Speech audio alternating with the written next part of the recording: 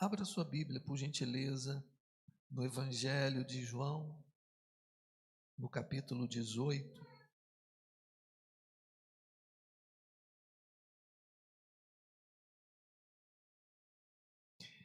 Eu vou ler um verso aqui do capítulo 18, mas nós vamos fazer uma conexão, estabelecer uma conexão com o Evangelho de Mateus também.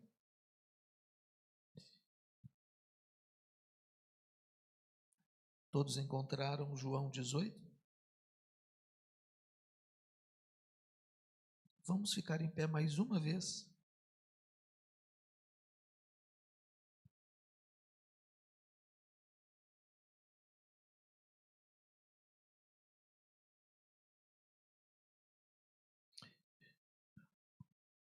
Depois, em seguida, Mateus 26, 36, tá? João 18, verso 1, nos diz assim: depois de dizer isso, Jesus saiu juntamente com seus discípulos para o outro lado do ribeiro de Cedron, onde havia um jardim. E aí entrou com eles. Mateus 26, 36.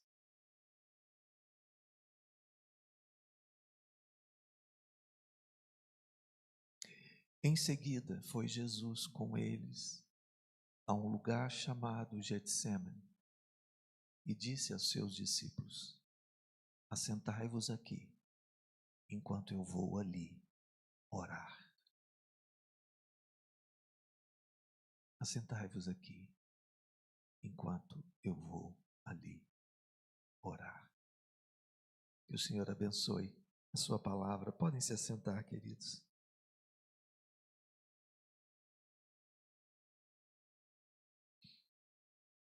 No domingo próximo passado, nós falamos de um lugar chamado Betânia. E lá em Betânia, aprendemos com Jesus algumas verdades, alguns valores, algumas ações que ocorrem quando se está com Jesus em Betânia.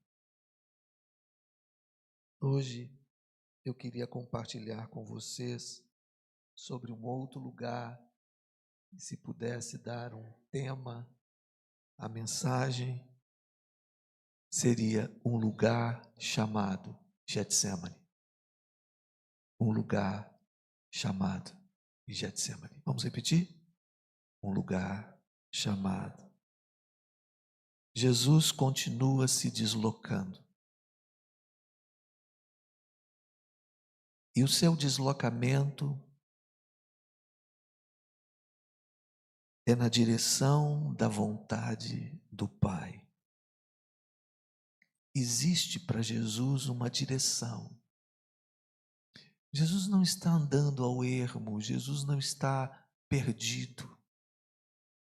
Jesus caminha com convicção na direção da vontade do Pai, porque Ele deseja a vontade do Pai. Não me importa se isso vai custar muito. Aliás, quanto custa afinal caminhar na direção da vontade do Pai? Custa muito? Não. Não custa muito. Custa tudo. Custa tudo. Ele caminha. E caminhantes com ele, os seus discípulos. Porque discípulos caminham com o seu mestre. Uma das coisas mais tristes que nós podemos ver, de um modo geral, no meio chamado cristão, é pessoas seguindo homens. Pessoas seguindo gurus, pessoas seguindo pessoas com seus próprios caminhos, com seus próprios interesses, e muitos, não poucos, caminham na direção oposta à vontade de Deus. Mas por que que os discípulos de Jesus o seguem? Certa feita, Jesus trouxe uma palavra muito dura àqueles que estavam perto dele, e as pessoas foram saindo. Então ele olhou à sua volta e viu os discípulos permaneceram, e Jesus então lhes propôs: vocês também não querem ir? Pedro, tomando a palavra, disse: Senhor, para quem iremos? Só tu tens palavras de vida eterna. Estão seguindo Jesus porque Jesus tem palavras de vida eterna. Estão seguindo a Jesus porque entenderam, compreenderam quem é Jesus. Jesus os chama. Há ali adiante um lugar. Mas que lugar é esse? Getsemane. O termo Getsemane tem origem no aramaico, Gadsman. No hebraico é diferente um pouquinho.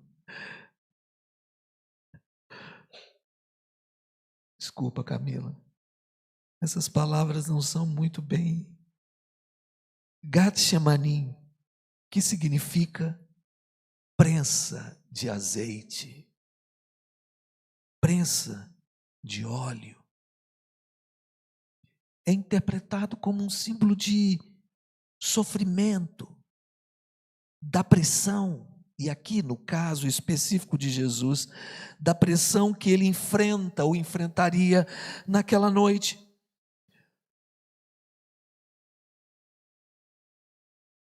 Getsemane está ao pé de uma montanha, de uma cadeia de montanhas. Obrigado. Chamada Monte das Oliveiras. Ali naquele jardim se tornou hoje um local de peregrinação para cristãos do mundo todo.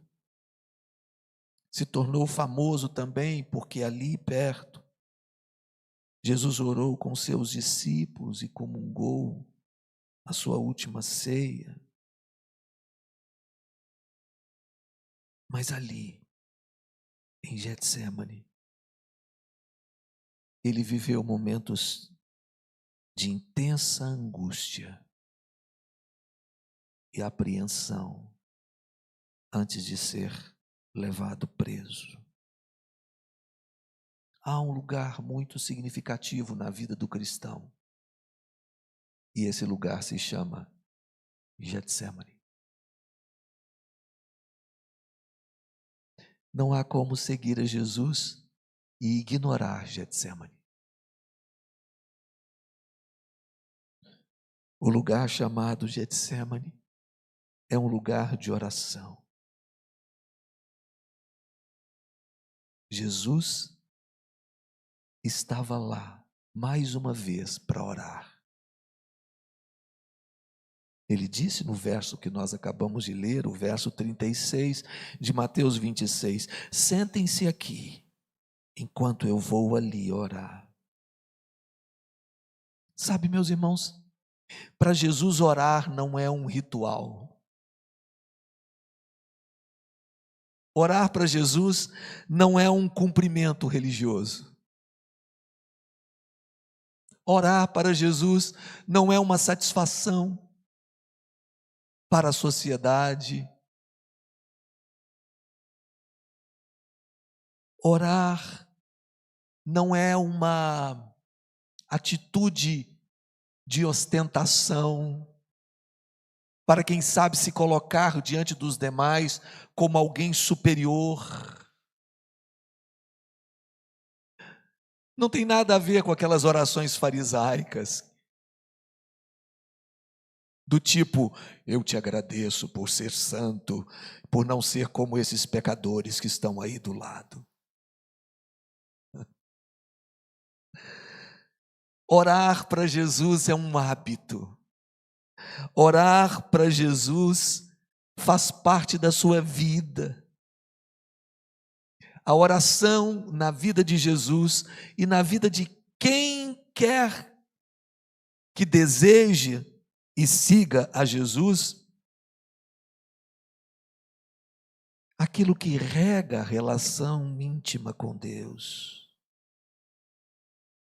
Em João, no capítulo 7, verso 53, nós lemos, e cada um foi para a sua casa. No capítulo seguinte, capítulo 8 de João, no verso 1, o texto nos diz, Jesus, no entanto, foi para o Monte das Oliveiras. Enquanto cada um foi para a sua casa, Jesus foi orar um pouco mais. Vocês se recordam da multiplicação dos pães e peixes? Depois de ter feito aquele milagre, depois daquele encontro extraordinário, depois de compartilhar a palavra e de realizar aquele grande milagre diante de tanta gente, agora o culto abençoado terminou, o encontro maravilhoso terminou, e ele recomenda que os discípulos atravessem o mar da Galileia. E o texto sagrado nos diz que ele se separa para orar um pouco mais. A oração fazia parte da vida de Jesus. Não era um peso. Sabe, às vezes eu fico triste comigo por aquelas orações que eu começo e não termino. Sabe como? Você já deve ter passado por isso. Você começa a orar e daqui a pouco você apaga. Você não consegue falar o amém. Às vezes você está tão cansado e a oração ficou suspensa. Imagine você conversando com alguém e daqui a pouco você dorme na frente da pessoa. Ou então você está conversando com alguém e daqui a pouco você desvia sua atenção para outra coisa e deixa aquela pessoa ali na expectativa de ouvir a sua voz. Às vezes eu fico pensando como Deus é misericordioso conosco. Os meninos gostam de usar a expressão deixou o outro no vácuo. Quantas vezes Deus ficou ali esperando? Ou, como é conhecedor das nossas fraquezas, terá dito: dorme em paz, meu filho, está tudo bem entre nós. Eu compreendi o pouco que você me falou. O Monte das Oliveiras é um lugar mais extenso, mas o jardim ali, aquele lugar é especial. No lugar chamado Getsêmani, ali naquele lugar, há devoção. O lugar chamado Getsêmani é um lugar de oração, mas é um lugar de devoção, da devoção de Jesus e dos seus discípulos. Em João, no capítulo 18, no verso 2, o texto nos diz: Judas, o traidor, também conhecia aquele lugar, porque Jesus muitas vezes havia se reunido ali com os seus discípulos. Era um lugar para o qual Jesus sempre levava os seus discípulos, um lugar do qual estavam familiarizados. Ali, no lugar onde se fala com Deus, aprendemos com Jesus especialmente nesse episódio, atitudes que deverão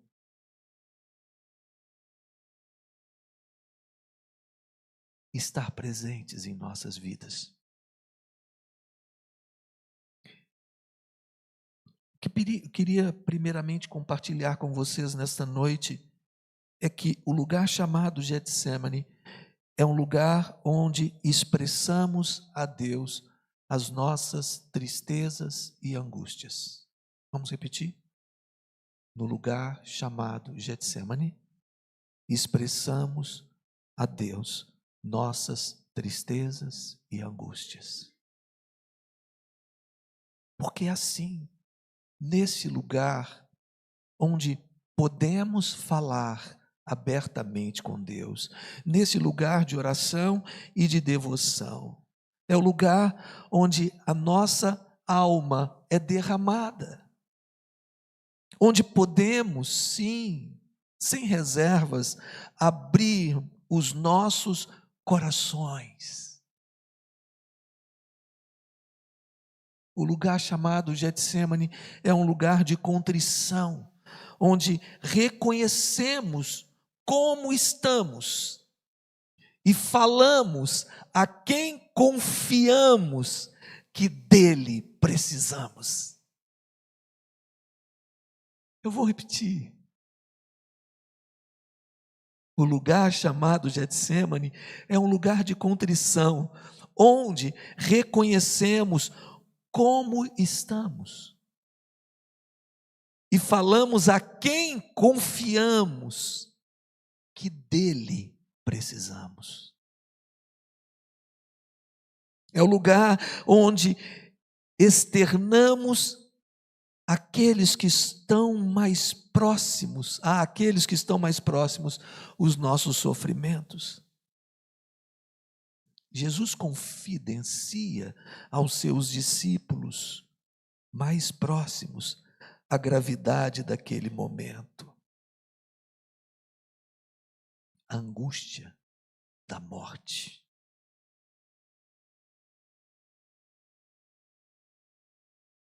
Aquela angústia tinha cheiro e gosto de morte. Sabe aquela tristeza que dói em sua alma da maneira mais profunda? Todos nós, indistintamente, temos ao longo da vida enfrentado situações que nos deixam tristes, angustiados. Aquela dor na alma. Mateus 26, 38, ali, Jesus disse: a minha alma está profundamente triste até a morte. Fiquem aqui e vigiem comigo. Meus irmãos, Getsêmani não é um lugar, pode até ser esse lugar em algum momento, solitário. Mas Getsêmani pode ser um lugar onde compartilhamos as nossas dores uns com os outros e oramos uns com os outros e uns pelos outros.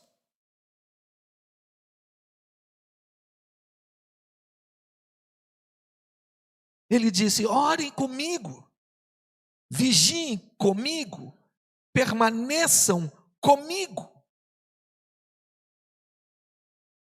Existem momentos nas nossas vidas que, se aqueles que mais nos querem não estão, não precisam estar em outros momentos.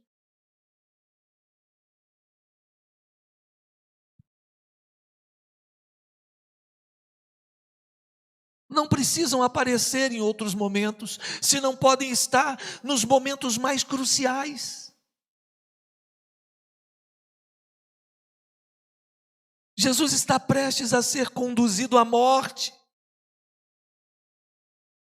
Como é importante, como é significativo termos pessoas que estão dispostas a estarem conosco,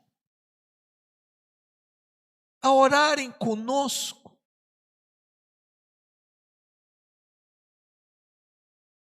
Como foi bom para mim, para minha família, ter vocês orando por mim em 2020, quando eu estava morrendo.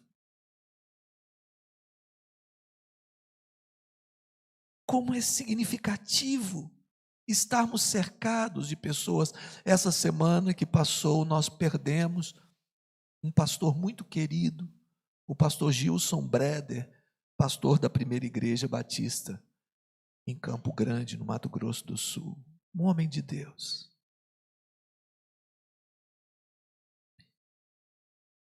E na sua última sedação, antes de ser sedado, ele estava cercado de irmãos queridos, da sua família. Pôde ouvir a canção que ele mais gostava de ouvir. E depois foi sedado e partiu. Cercado de carinho, de amor, de irmãos.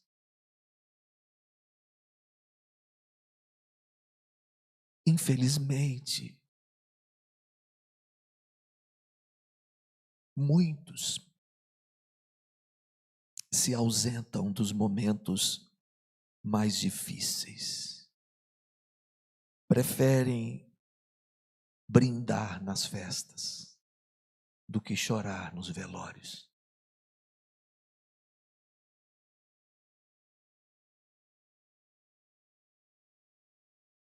Precisamos orar,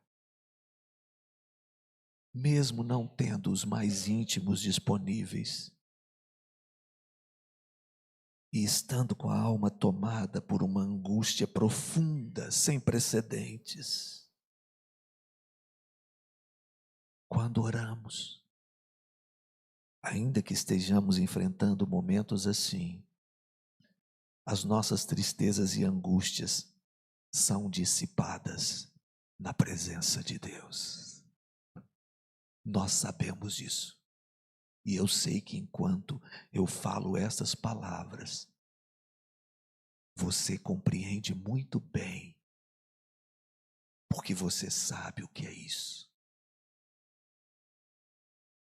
Então, o lugar chamado Getsêmani é o lugar onde nós externamos a Deus as nossas tristezas e angústias, mas Getsêmani também é o lugar onde o nosso espírito luta contra a nossa carne. Eu queria falar um pouco mais sobre isso. Existem desafios em nossas vidas, ou desafios que enfrentamos, desafios que estamos por enfrentar. Muitos deles são grandes desafios, obstáculos que precisam ser transpostos. No passado, homens e mulheres de Deus enfrentaram desafios e transpuseram esses desafios. Moisés na caminhada com o povo, na travessia do mar, Josué na tomada de Jericó, Davi enfrentando o gigante Golias e tantos outros. Aqui em Getsêmani, Jesus irá enfrentar a angústia da morte iminente, o peso dos pecados de toda a humanidade em todos os tempos.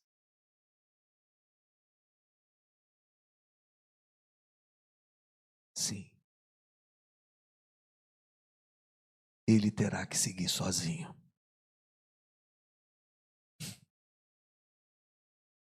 Sabe, às vezes, nós ficamos sozinhos.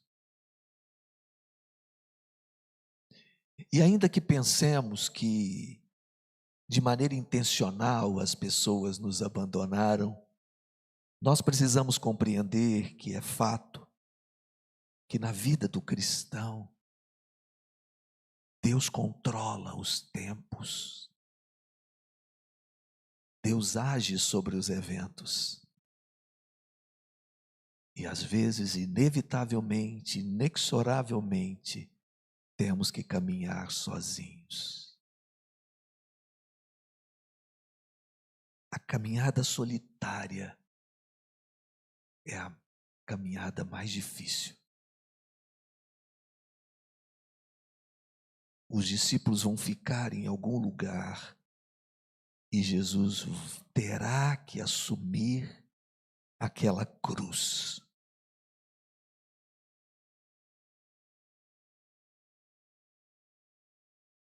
Sabe, irmãos,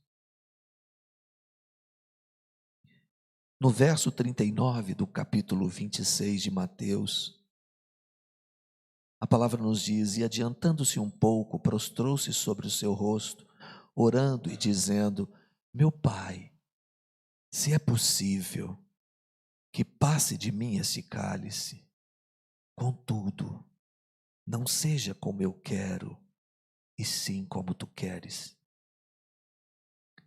Precisamos considerar a existência de uma guerra em nós. Uma guerra silenciosa. Posto que Jesus não tenha pecado, como ser humano, ele enfrentou os desafios da vida em sua carne. Aqui em Getsêmani, ele se depara com as injunções da sua carne. Perpassa o seu coração o desejo, o pensamento de desistir.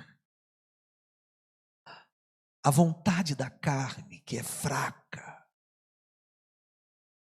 Ele disse aos discípulos, no verso 41 de Mateus 26, vigiem e orem, para que não caiam em tentação.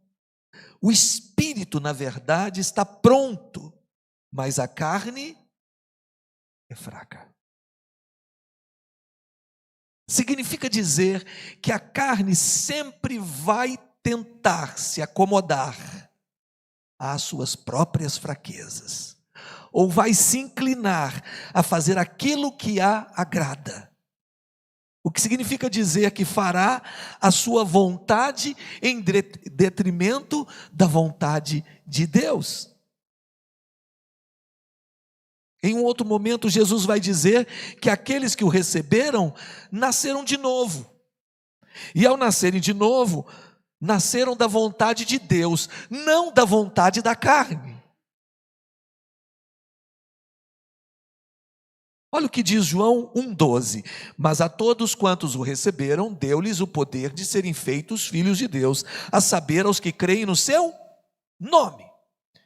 Lá no verso 13, ele vai dizer, os quais não nasceram do sangue, nem da vontade da carne, nem da vontade do homem, mas de Deus. Portanto, há que se considerar uma luta, a luta do espírito contra a carne e da carne contra o espírito. E o apóstolo Paulo vai dizer aos Gálatas, no capítulo 5, verso 17, porque a carne luta contra o espírito e o espírito luta contra a carne, porque são opostos entre si, para que vocês não façam o que querem. No lugar chamado Getsêmani, lutamos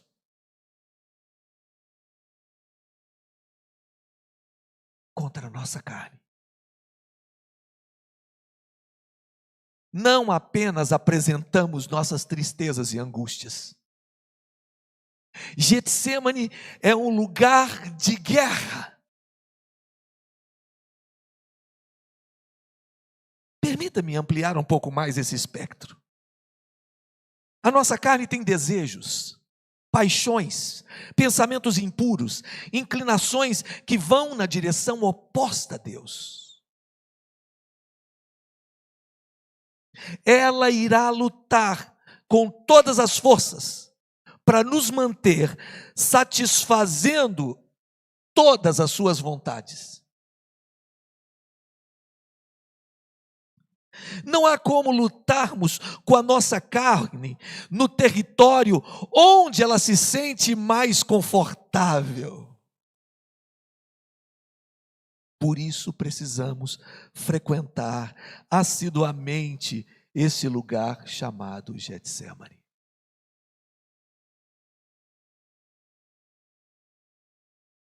Onde a nossa carne, por vezes, fica desconfortável. O lugar onde o nosso espírito luta contra a nossa carne diante de Deus e na dependência de Deus. Em Gálatas 5, o apóstolo Paulo fala sobre as obras da carne e o fruto do espírito. Ele está falando do que pode nutrir cada um deles. E é claro, na medida em que são alimentados, são fortalecidos. Orar em Getsêmani é nutrir o espírito, fortalecendo-o em seu embate contra a carne.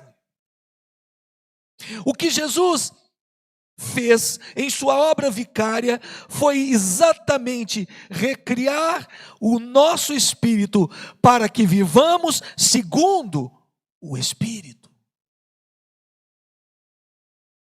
Olha o que Paulo vai nos dizer em Romanos, no capítulo 8, verso 3. Porque aquilo que a lei não podia fazer, por causa da fraqueza da carne, isso Deus fez, enviando o seu próprio Filho, em semelhança de carne pecaminosa, e no que diz respeito ao pecado.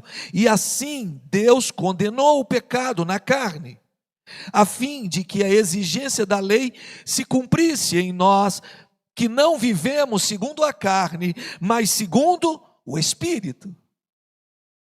Os que vivem segundo a carne se inclinam para as obras da carne, mas os que vivem segundo o Espírito se inclinam para as coisas do Espírito.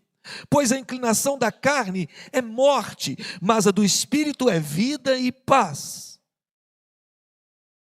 Porque a inclinação da carne é inimizade contra Deus, pois não está sujeita à lei de Deus, nem mesmo pode estar. Portanto, os que estão na carne não podem agradar a Deus. Portanto, Getsêmani não é apenas o lugar para considerarmos as nossas tristezas, as nossas angústias, mas o lugar onde lutamos contra os desejos da nossa carne. O lugar da guerra silenciosa entre fazer a vontade de Deus e fazer a nossa própria vontade.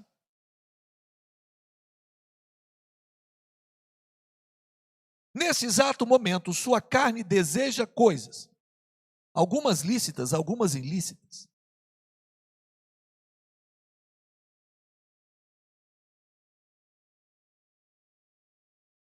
A guerra contra a nossa carne será fundamental.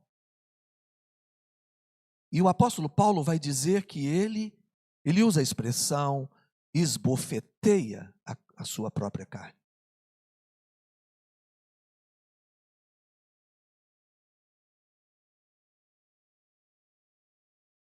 Isso pode se dar nas mínimas coisas. Vou dar um exemplo. Você quer orar com seus irmãos terça-feira, 6 horas da manhã. Mas está muito frio. Então sua carne diz para você, você pode orar aqui mesmo. E pode. Que não sejamos tão radicais. Eu quero apenas dar uma noção de como isso acontece de maneira sutil. Você deseja estar com uma pessoa que está sofrendo algo, e aí a sua carne diz, não, eu estou cansado.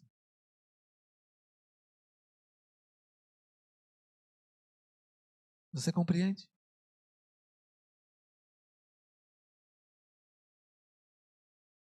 Você estabelece um propósito diante de Deus de orar um pouco mais. E a sua carne se inclina a não querer fazer isso. Você faz o propósito de, não, esse ano eu vou ler a Bíblia toda. E a sua carne vai te controlando. E aí você vai sendo sabotado por sua própria carne. E no final das contas você não leu a Bíblia.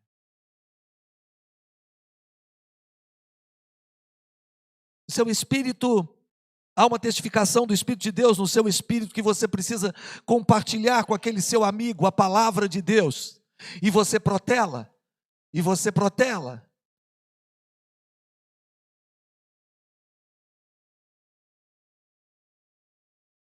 Vamos acompanhando as sugestões da nossa carne. Vamos dormindo, vamos sendo negligentes, vamos sendo lenientes. Ou às vezes vamos sendo glutões. Literalmente alimentamos para além da conta a nossa carne. E vamos satisfazendo a nossa carne. O Deus desse mundo, Mamon, o dinheiro, o amor a ele é a raiz de todos os males. E nós vivemos num mundo onde as pessoas querem consumir coisas. Comprar coisas que não podem comprar porque os outros têm. E a nossa carne deita e rola nesse ambiente de exageros, de ostentação, de consumismo. Ah, minha carne quer comprar algo que eu já tenho, que eu não preciso. Mas eu preciso de mais um par. Você compreende? A guerra é permanente. Não estou falando nem da lista de Paulo aos Gálatas, não, não. Eu estou falando de como a guerra acontece da maneira mais sutil. E às vezes não atentarmos para pequenos detalhes, com isso nós vamos alimentando a nossa carne. Getsemane é o lugar onde expressamos a Deus as nossas tristezas, as nossas angústias, mas Getsemane também é o lugar onde o nosso espírito luta com a nossa carne. E em último lugar, que eu queria destacar nessa noite, é que o lugar chamado Getsemane é o lugar onde submetemos a nossa vontade à vontade de Deus. Ali em Getsemane, Jesus chegou a transpirar sangue, tamanha a sua agonia. Lucas vai retratar isso no capítulo 22, no verso 44, ele diz: e estando em agonia, orava mais intensamente, e aconteceu que o suor dele se tornou como gotas de sangue caindo sobre a terra.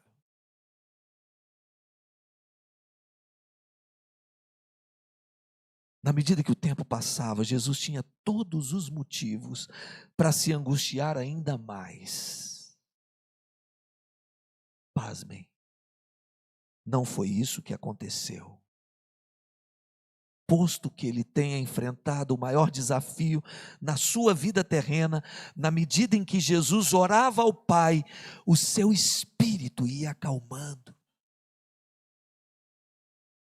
Ali está a grande diferença. Não importa como estamos ou como entramos na presença de Deus, Se nos encontramos na presença de Deus, o próprio Deus pacifica o nosso coração e nos levantamos daquele lugar fortalecidos pelo seu Espírito.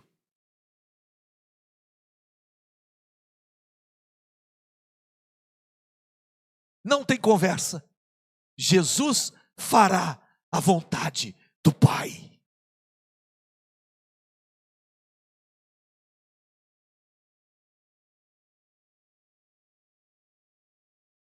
O verso 42 de Mateus 26 vai nos dizer: retirando-se pela segunda vez, orou de novo, dizendo: meu Pai, se não é possível que este cálice passe de mim sem que eu o beba, faça-se a tua vontade.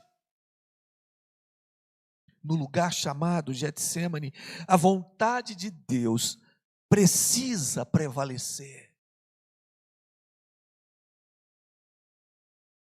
Em Getsêmani, há que se sujeitar a ela. No lugar chamado Getsêmani, Jesus abre mão da sua vontade para que a vontade do Pai prevaleça. Meus irmãos, quantas vontades nós temos? Quantas vontades são as nossas vontades? E muitas delas não têm nada a ver com a vontade de Deus. Mal procuramos saber se Deus deseja aquilo mesmo para a gente, se Deus quer fazer aquilo mesmo. Vamos preenchendo os cheques e queremos que Deus assine embaixo. E quando Deus não faz do nosso jeito, fechamos a cara. Ficamos irritados. Como assim? Tinha que ser do meu jeito. Jesus se levanta e agora vai dizer aos seus discípulos: vamos, chegou a hora. Ele está pronto, porque a vontade do Pai vai prevalecer sobre a sua vontade.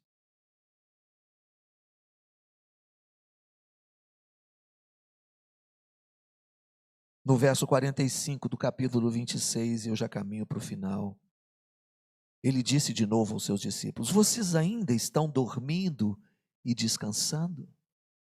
Meus irmãos, Getsêmani não é lugar para dormir. Getsêmani não é lugar para descansar. Getsêmani é lugar de orar, de clamar, de buscar, de se humilhar, de se prostrar, de se sujeitar à vontade de Deus. E nós falamos tanto nisso. A vontade de Deus é boa, perfeita e agradável. E todos nós queremos a vontade de Deus, sim ou não? Queremos a vontade de Deus, que é boa, perfeita e agradável. Mas quando esta vontade não nos parece boa, perfeita e agradável? E quando ela não se parece com isso? Significa dizer que ela não é boa, perfeita ou agradável? Seria o mesmo que dizer que Deus não é Deus quando Ele não faz aquilo que eu quero que Ele faça. Ele continua sendo Deus.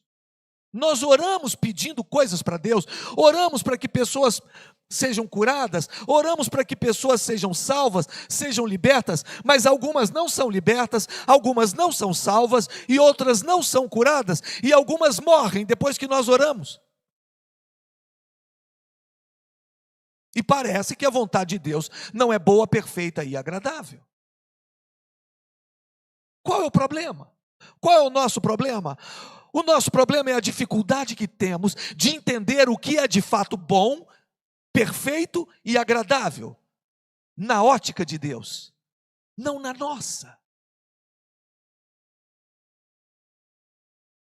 Aquilo que pode parecer muito ruim no primeiro momento, pode ser uma grande bênção de Deus para nós, pode ser um grande livramento de Deus. quando Abraão e Ló, os seus pastores se desentenderam lá, eles tiveram que se separar, e Abraão deu a Ló toda a oportunidade, o seu sobrinho, de escolher para onde ia. E Ló escolheu as campinas, escolheu um lugar mais bonito, mais agradável. E Abraão foi para um lugar um tanto quanto inóspito. Se você continuar lendo a história, você vai ver o que aconteceu com Ló e o que aconteceu com Abraão.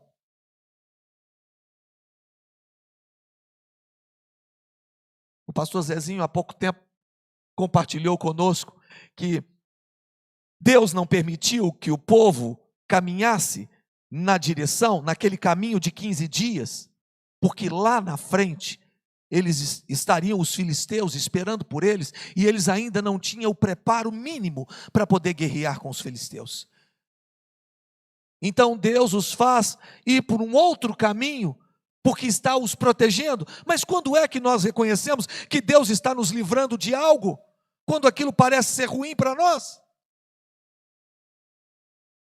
Só em Getsêmani poderemos entender, só em Getsêmani seremos convencidos pelo Espírito Santo, sim, porque o nosso espírito estará lá, quebrado diante de Deus.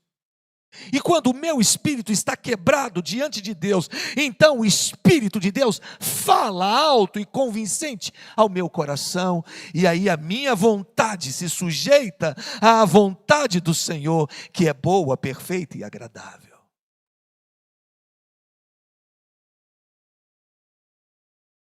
Não há mais o que pensar. Agora Jesus se levanta.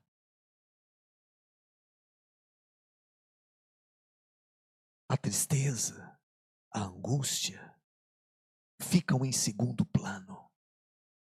Porque agora o que ele mais quer, mais do que nunca, é fazer a vontade do Pai. Não importa o custo. É Jesus quem se entrega. Ele disse aos seus detratores: vocês estão procurando quem? E eles disseram: Jesus Nazareno. Ele disse: sou eu. Um dos evangelistas vai dizer, na fala de Jesus: vocês vêm a mim com paus, com pedras? Como se eu fosse um ladrão, um marginal? Vocês estavam comigo todos os dias no templo? Vocês me viram pregar? Mas eu compreendo. Eu compreendo por que eu estou aqui. Eu compreendo por que eu estou me entregando. Ele se entrega. Ele se rende.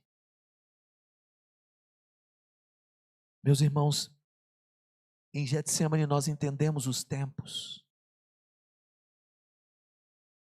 Há tempo para tudo. Em Getsêmani nós entendemos que choro, que tristeza, que angústia tem prazo de validade na vida do cristão, na vida do discípulo. Podemos chorar? Podemos.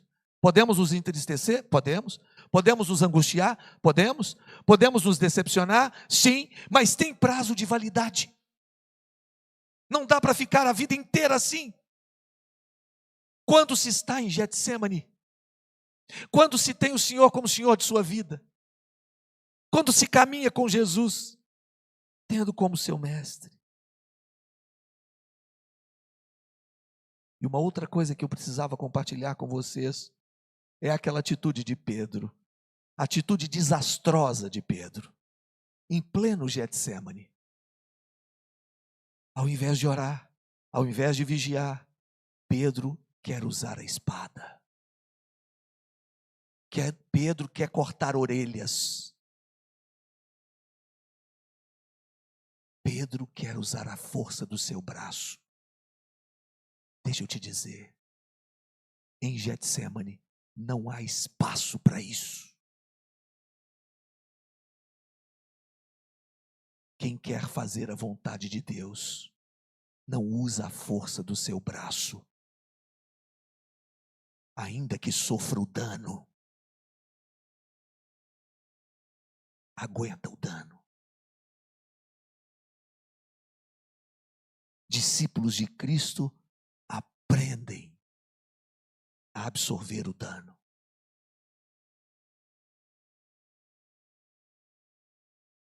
Jesus vai dizer para Pedro: coloque a espada de volta no seu lugar, porque todos os que lançam mão da espada, a espada perecerão.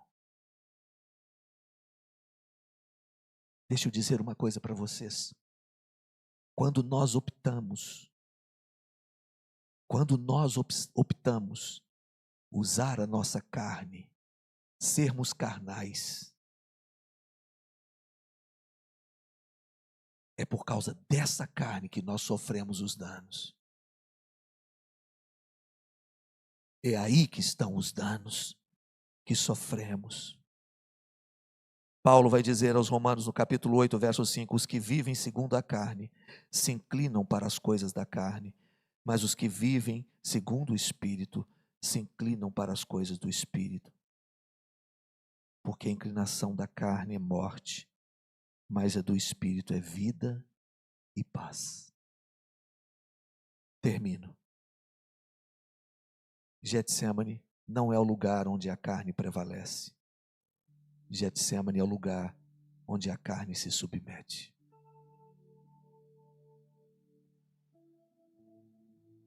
Como é difícil isso. Mas é muito importante para o cristão. Na grande cadeia montanhosa do Monte das Oliveiras se encontra um jardim. Um lugar chamado Getsemane. Não se trata de um lugar turístico para se visitar uma vez na vida, muito menos ocasionalmente. O jardim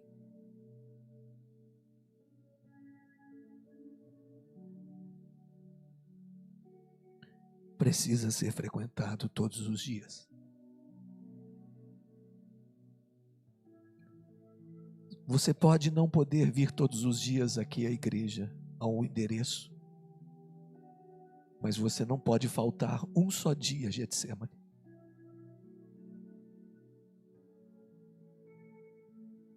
Discípulos de Jesus, nascidos de novo, não podem abrir mão desse lugar sagrado, onde seus medos são expostos, suas tristezas e fraquezas são compartilhadas e suas vontades são esmagadas. Ali, onde se espreme o fruto da vide. Quais são suas tristezas? Quais são as suas angústias? Quais são os seus desafios? Você compreende a existência de uma guerra entre a sua carne e o seu espírito? No lugar chamado Getsemane, somos abastecidos e fortalecidos. Somos restaurados e renovados. O lugar chamado Getsemane é um jardim feito por Deus para os seus. Você se lembra quando Deus criou o homem no início? Ele fez um jardim e colocou o homem lá no jardim.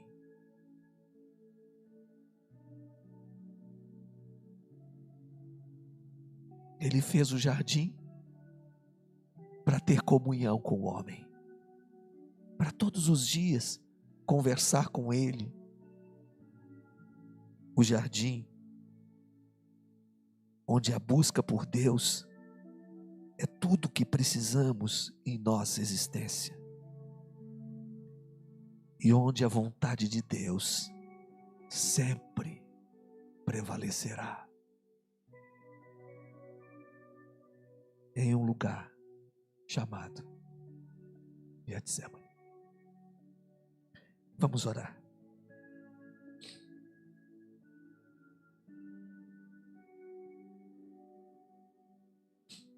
Estamos aqui, Senhor,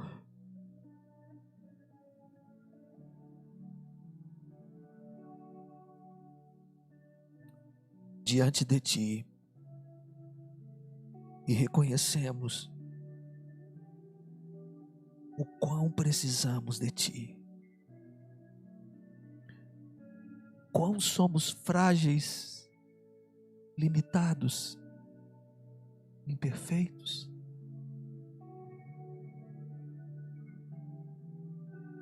Olha para nós, Senhor.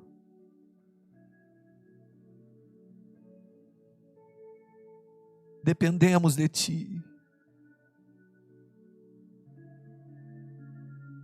Nem sempre sujeitamos a nossa vontade à Tua vontade.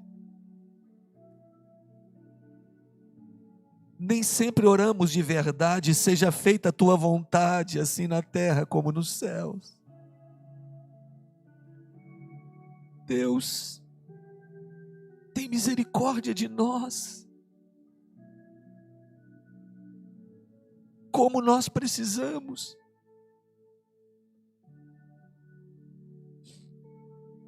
Nos inclinar diante de Ti. Rendermos a nossa vida. Nos deixarmos quebrantar em nosso espírito.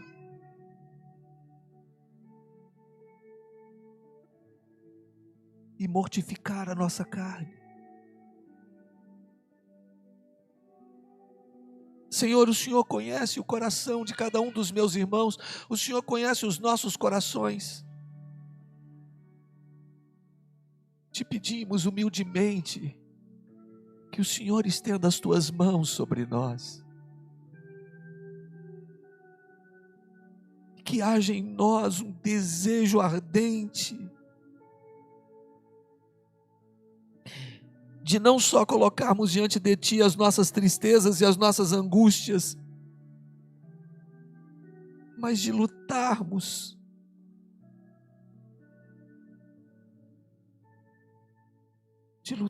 contra a nossa carne,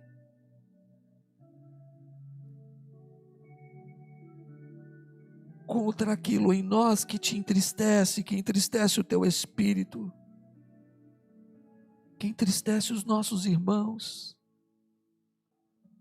que entristece os nossos familiares. Senhor, em nome de Jesus, que possamos ser os discípulos de Jesus que o seguem, que o buscam, que ouvem a sua voz e que permanecem nele. Nesse lugar de oração, de contrição. Abençoa cada um dos meus irmãos aqui. Precisamos do Senhor na semana que começa. Hoje começou. Precisamos do Senhor, da sabedoria que vem do alto. Senhor, não permita que nos afastemos desse lugar da Tua presença, onde podemos derramar as nossas vidas e nos levantar na força do Teu Espírito. Te pedimos humildemente e Te agradecemos, em nome de Jesus. Amém. O nosso desejo, a nossa oração é que você tenha uma semana abençoada, uma semana, sim, desafios nós temos diante de nós, mas que tenhamos forças renovadas e sabedoria para enfrentar tudo que vamos enfrentar durante essa semana. Vamos ficar em pé.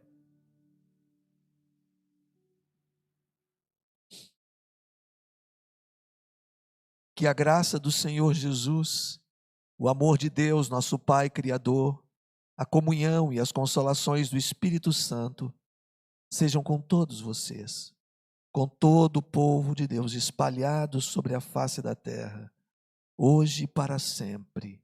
Amém. Que o Senhor te abençoe e te guarde. Que o Senhor faça resplandecer sobre ti o seu rosto. Que o Senhor tenha misericórdia de ti. Que o Senhor te dê a paz. Vá em paz. Que Deus nos abençoe.